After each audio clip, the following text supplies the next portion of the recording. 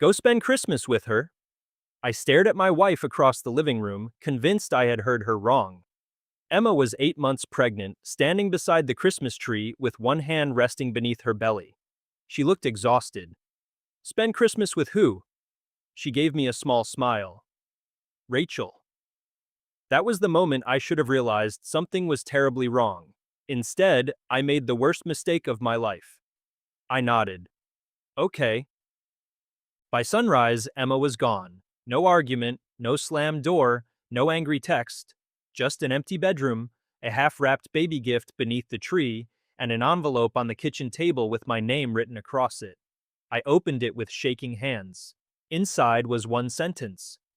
I hope someday you understand why I had to leave before you could ask me to stay. I read it again, then again. And suddenly, Christmas morning didn't feel like Christmas anymore. It felt like the morning my family disappeared. The night before, Emma had been folding tiny baby clothes on the couch while I stood near the fireplace checking my phone. Rachel had called me earlier that evening. Rachel was my first love. We had dated in college, years before I met Emma. We had eventually gone our separate ways, built different lives, and barely spoken for years. Then Rachel's father became seriously ill. She was alone in town, and I had offered to help her with some paperwork involving my company. That was all. At least, that's what it was to me. Emma knew about her. But lately, every time Rachel's name appeared on my phone, I noticed Emma becoming quieter. I thought she was jealous. I thought she would eventually get over it. I never considered that she was afraid. That night, Rachel called again. Her father's condition had worsened. I told Emma I should go see her. Emma stopped folding the baby's clothes. Then she looked up. Go spend Christmas with her. I laughed nervously. Emma, don't do this. Do what? Pretend you're okay when you're not. She looked at me for several seconds. Then she said something I would remember for the rest of my life. Sometimes you don't realize someone is leaving until they're already gone. I should have asked what she meant. Instead, I kissed her forehead and told her I wouldn't be gone long. I went to Rachel's house. I stayed for less than an hour. Her father was unconscious. Rachel was crying. I helped her contact the hospital and arranged for someone to stay with her. Then I came home. Emma was gone. At first, I assumed she'd gone to her mother's. Then I called her. Straight to voicemail. I called again. Nothing. Her coat was missing. So were two changes of clothes. Her passport was gone. And when I opened the nursery closet, I noticed something else. Emma had taken the baby's hospital bag. My stomach dropped. This wasn't an argument. She had planned to leave. I called her mother.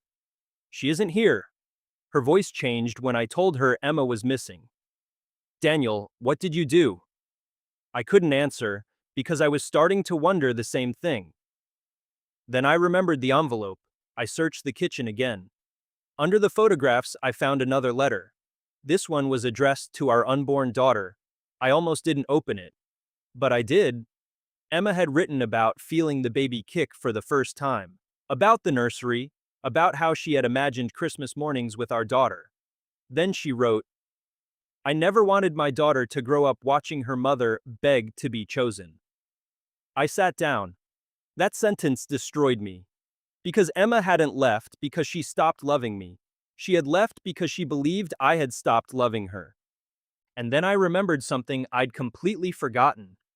3 weeks earlier, someone had emailed me photographs of Rachel and me outside a restaurant. The pictures looked terrible.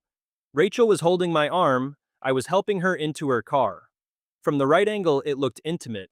The email had said, You should know what your husband is doing behind your back. I had deleted it, but my computer hadn't permanently erased it.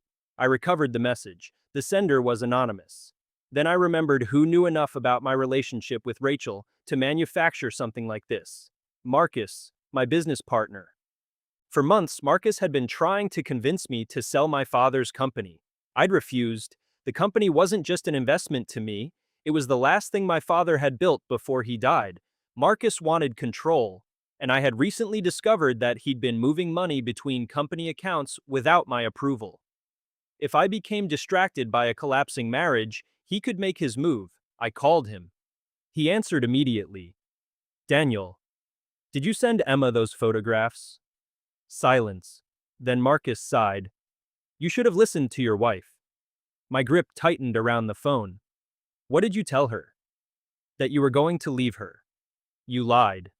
I gave her what she needed to hear. My heart sank. Where is she? Marcus laughed. I don't know. But now I knew something. He did. I contacted a lawyer and a private investigator. The anonymous email account eventually led to a prepaid phone. The last signal came from a small mountain town nearly 3 hours away. I drove there through a snowstorm, not because I knew Emma was there, because it was the only lead I had. I found an old motel beside a frozen lake. The manager remembered Emma. She had arrived late Christmas Eve. She'd been carrying a small suitcase, and she'd asked about a chapel near the lake. I drove there. Emma was sitting beneath the chapel porch. She was wearing a heavy coat. One hand rested over her stomach. For several seconds, neither of us spoke. I wanted to run toward her. But I stopped. I'd spent months telling Emma what she needed instead of listening to what she was saying. I wasn't going to make that mistake again. I was wrong, I said. She looked at me. I know. No, you don't. I stepped closer. I was wrong about what you needed. I kept telling you everything was fine because I thought solving problems was the same as listening. Her eyes filled with tears. I told her about Marcus. I told her about the photographs. I told her that Rachel had never been someone I wanted to choose over her. Then Emma finally told me the part she had been too afraid to say. Marcus had visited her weeks earlier. He had shown her the photographs. He had told her I was planning to leave after the baby was born. At first, she didn't believe him. Then I kept coming home late. I kept answering Rachel's calls. And whenever Emma tried to talk about it, I told her I was tired. Her fear slowly became certainty. She thought she was protecting herself and our daughter by leaving first. I didn't want our baby to watch me become someone you tolerated, she whispered. I sat beside her. You were never someone I tolerated. She looked at me. You just forgot to show me. That hurt because it was true. I hadn't cheated on Emma, but I had still failed her, not with another woman, with neglect. I reached for her hand. She let me take it. We can't fix everything today, I said. I know. We need counseling. I know. We need honesty. She nodded. And if you ever think I'm choosing someone else over you, you tell me. She looked at me through her tears. And if you're scared? I tell you. For the first time that morning, she smiled. Not because everything was magically fixed, because we had finally stopped pretending nothing was wrong. We went home together that afternoon. The Christmas tree was still glowing. The presents were still underneath it. But something had changed. Emma placed her letter to our daughter inside a small wooden box. We'll give it to her when she's older, she said. A week later, Marcus was removed from the company. The evidence showed he'd manipulated private information and used it to create chaos in my personal life while pushing me toward a business decision that would have benefited him. Rachel's father passed away peacefully a few days later. I attended the funeral, so did Emma, not because she was keeping an eye on me, because she trusted me enough to stand beside me. 3 months later, our daughter was born. We named her Grace. When I held her for the first time, I remembered that Christmas morning. The empty bedroom, the envelope, the sentence that had terrified me. Emma watched me from the hospital bed. You almost lost us, she whispered. I know. She smiled. But you came looking. I looked down at our daughter. No, I said.